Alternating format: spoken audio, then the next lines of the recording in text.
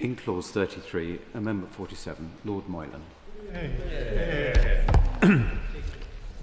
My Lords, I rise to speak to my amendment number 47, which relates to clause 33.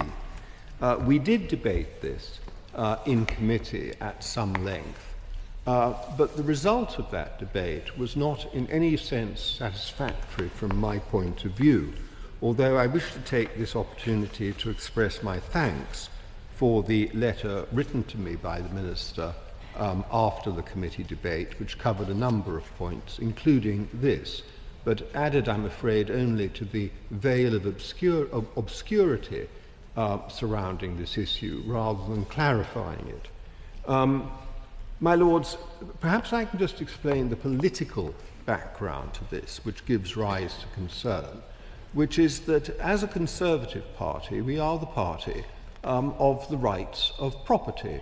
And when we see clauses that are coming forward which appear to extend the rights of compulsory purchase on behalf of the state, we wish to explore them and understand them and see if they are absolutely necessary, especially, my Lords, when they appear as effectively a one-line clause at the bottom of a left-hand page in a bill which appears to be largely about other matters.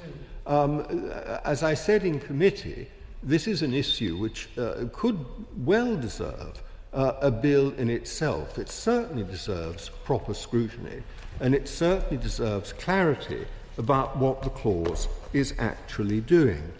Now, I will give the government something for free, and that is that the National Farmers Union strongly supports this clause. And I'll read out very briefly, if I may, from their reasoning for doing so and their account of the clause. They say this is a positive step for landowners, as presently national highways can only apply for powers of compulsory acquisition to enable it to use the land needed for a scheme. Under the bill, that is, as a result of this clause, developers using the Highways Act for a project will be able to temporarily use and possess land rather than acquire it. Now, the first thing I'd say is that is a much clearer and better account of what the clause is doing than any that I have heard from the Minister or the government so far. But the first question one has to ask is whether the National Farmers Union's understanding of the clause is correct.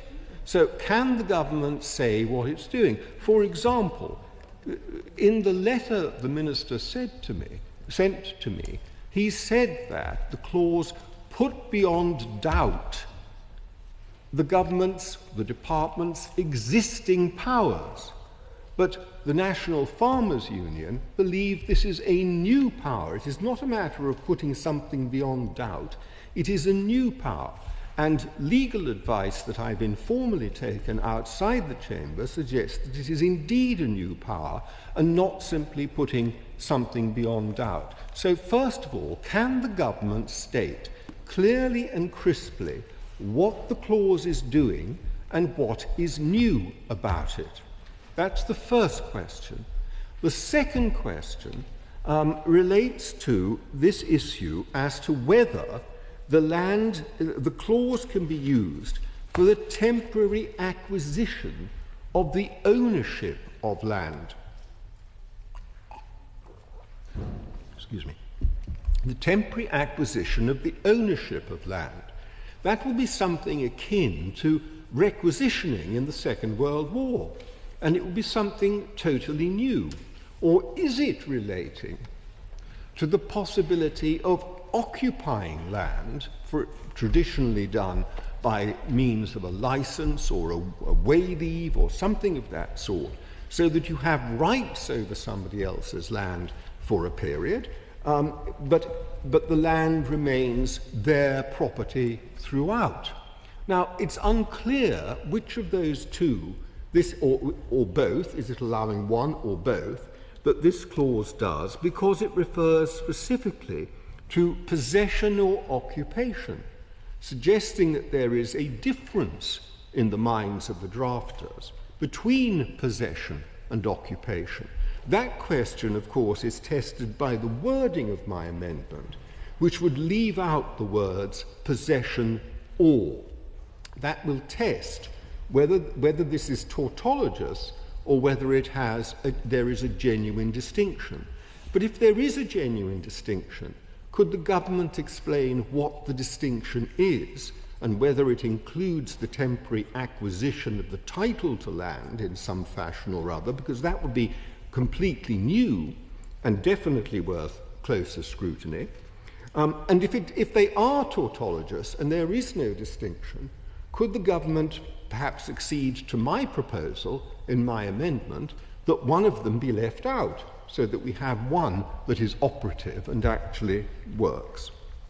The third thing is, there is no promise of any guidance to accompany this, so that in creating this new power, and I would assert on advice that the power is new, it is not putting something that exists beyond doubt, in creating this new power, it seems to me that questions of a practical character arise which should be covered by guidance and before it becomes operative.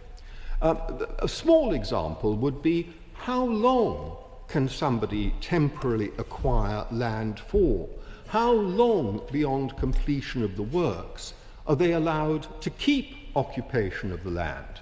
This might be something as simple as, how long can construction huts be left on land beyond the point they're actually needed? The state in which the land is to be returned, if it is temporarily acquired. That would all be very useful to know in strong guidance from the government, which would accompany this new power. But again, this is all completely absent. I do think, my lords, that these are issues which are not trivial and do deserve proper scrutiny if this new power is to be created.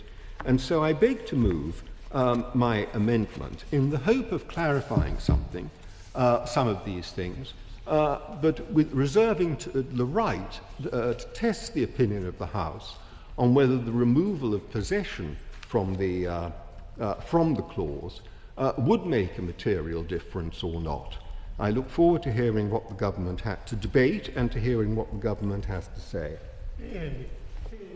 Amendment proposed, clause 33, page 48, line 39, leave out possession or.